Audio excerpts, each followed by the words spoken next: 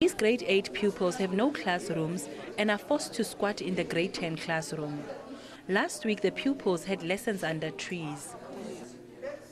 The department says this situation was created by parents who refused to cooperate with the department. As a department, we embarked on the revamp of Tlomelang, which is a school which had less than 200 learners, with a view to taking these learners to Tlomelang.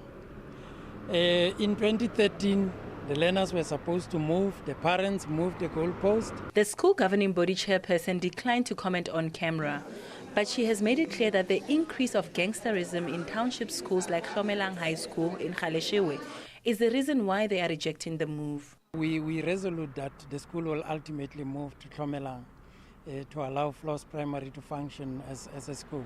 For now, the department has provided mobile classes, which they say are just a temporary solution. Margaret Mutibi, SABC News, Kimberley. Well, for more, we cross to our reporter, Margaret Mutibi in Kimberley. Good afternoon, Margaret, and welcome to PM News.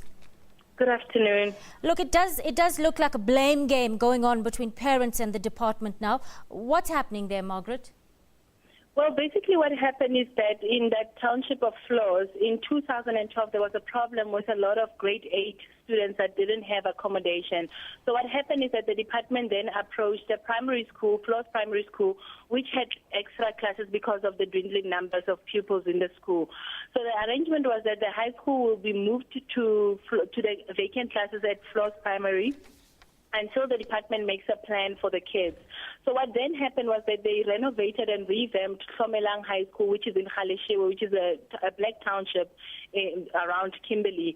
So they renovated the classes there, and the arrangement with the parents was that as soon as those classes are ready, they would then move those kids from Floss to Galeshewe. But now the parents are not allowing the department to move ahead with this arrangement because they say that the increasing gangsterism around schools in Galeshewe is the reason why they don't want their kids to move from what they say is a safe school in Floss to Galeshewe. Has there been any reaction from the school governing body yet? Well, the reaction that we got was from the chairperson, and the chairperson says she also has a child who's a boy at the school, and she's saying, according to her, she would not allow her child to risk his life to go to a school where she's not sure about the child's safety. And she says that they have tried to raise concerns with the department to say that amid the increasing gangsterism in those schools, can they not make a plan to ensure that their kids are safe?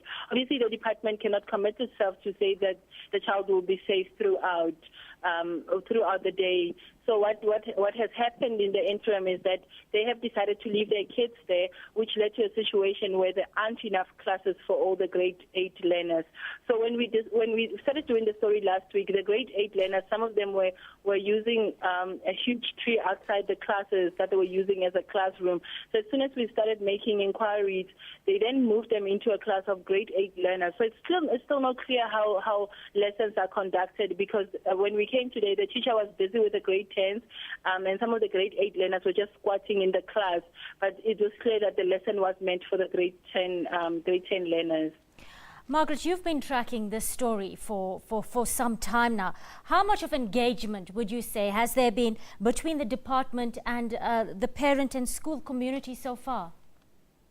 Well, I think nobody is willing to budge. But what the department has since done is that as soon as we started inquiring about the story and asking what's going to happen to those kids because it's a rainy season and what happens when it rains to them. So the department then decided to move some of the mobile classes that they were not using in other parts of the province. So when we were at the school today, we realized that they're busy with the mobile classes. They were moving some of there was an old one that wasn't usable, so they were breaking that one down and bringing one that can be used. But the department says it's hard for them to do that because they need to move it from one part of the province, ensure that it has electricity and all the necessary things that the kids will need to use as well, because they cannot just bring it and dump it there. So it's a bit difficult for them because they feel that the parents are shifting goalposts, whereas there was an arrangement when this was done years ago to say, we're just accommodating these kids temporarily, but there's going to be a time when they will need to move So they feel that they have done their part, and for now they will provide those mobile classes, but the parents will have no choice ultimately but to move their kids, because they say they cannot continue to provide such solutions when there is a school waiting for the kids in Galeshewe. Thank you, Margaret. I'm afraid we'll have to leave it there. We are out of time.